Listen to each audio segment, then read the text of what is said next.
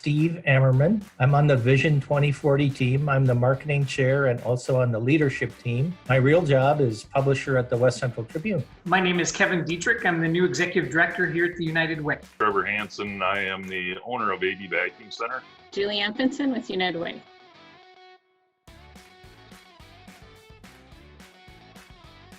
3 weeks ago now, I saw a report that had been circling out on one of our private Facebook page of any vacuum dealers across the country that Stanford University did a study on vacuum bags. This was in 2013, kind of preparing for any pandemic.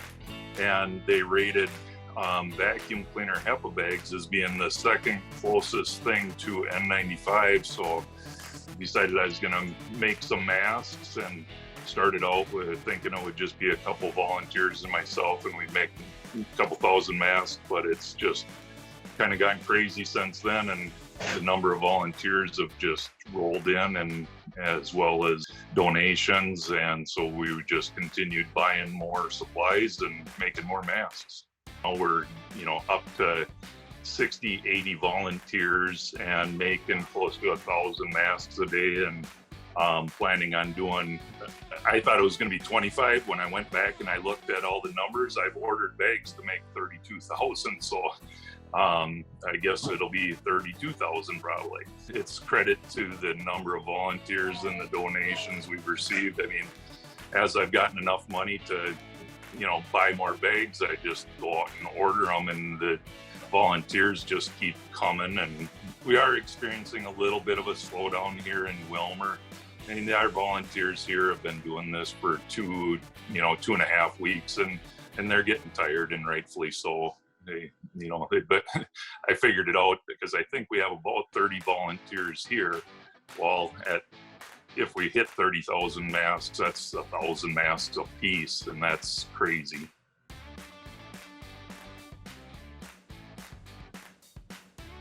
As far as distribution went, we were doing it ourselves, and so that was just a whole nother operation, was receiving calls for requests for masks, and it got overwhelming, and United Way stepped in just at the perfect time because I was over my head with them picking them up and distributing them. It has taken a whole lot off of my platter and made it where we can continue and not and run efficiently.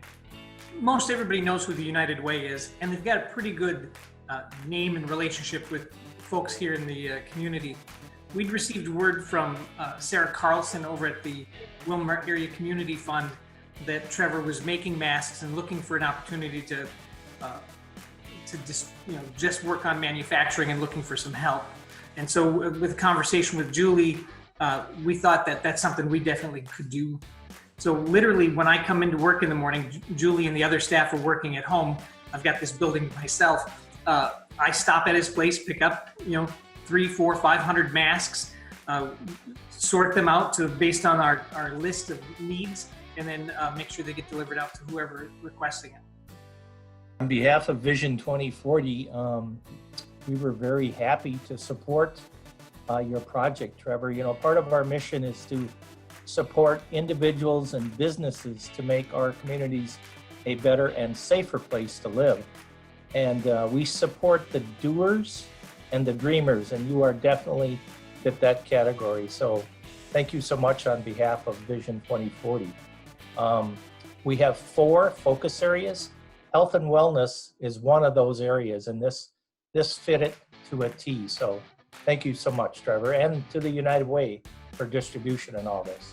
It's crazy that when Vision 2040 came in was another just key moment. It was a moment where my requests were super high and the funding had been spent. Because of that donation, I was able to go out again and order what I knew I would need for the next week. The timing couldn't have been better and keep us really, really just going. When this whole project started, we were on the emergency response conversation with Sarah from the Community Foundation, and we were seeing the need, we call it the second tier. We were seeing the need that a lot of these facilities were not having masks, and obviously they were needing masks, and we call the second tier For example, it would be nursing homes, group homes, counseling centers, employees that are working a lot one-on-one with people.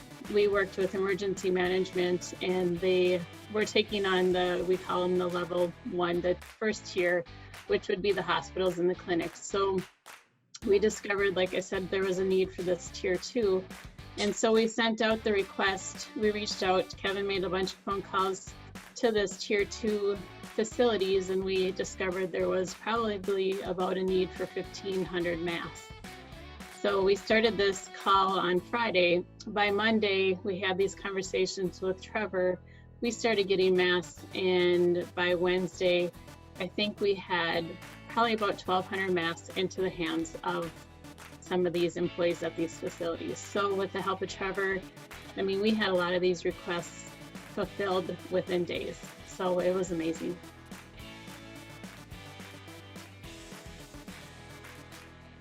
That's our biggest need right now, and I don't know if there's more out there, or if we went a little wider.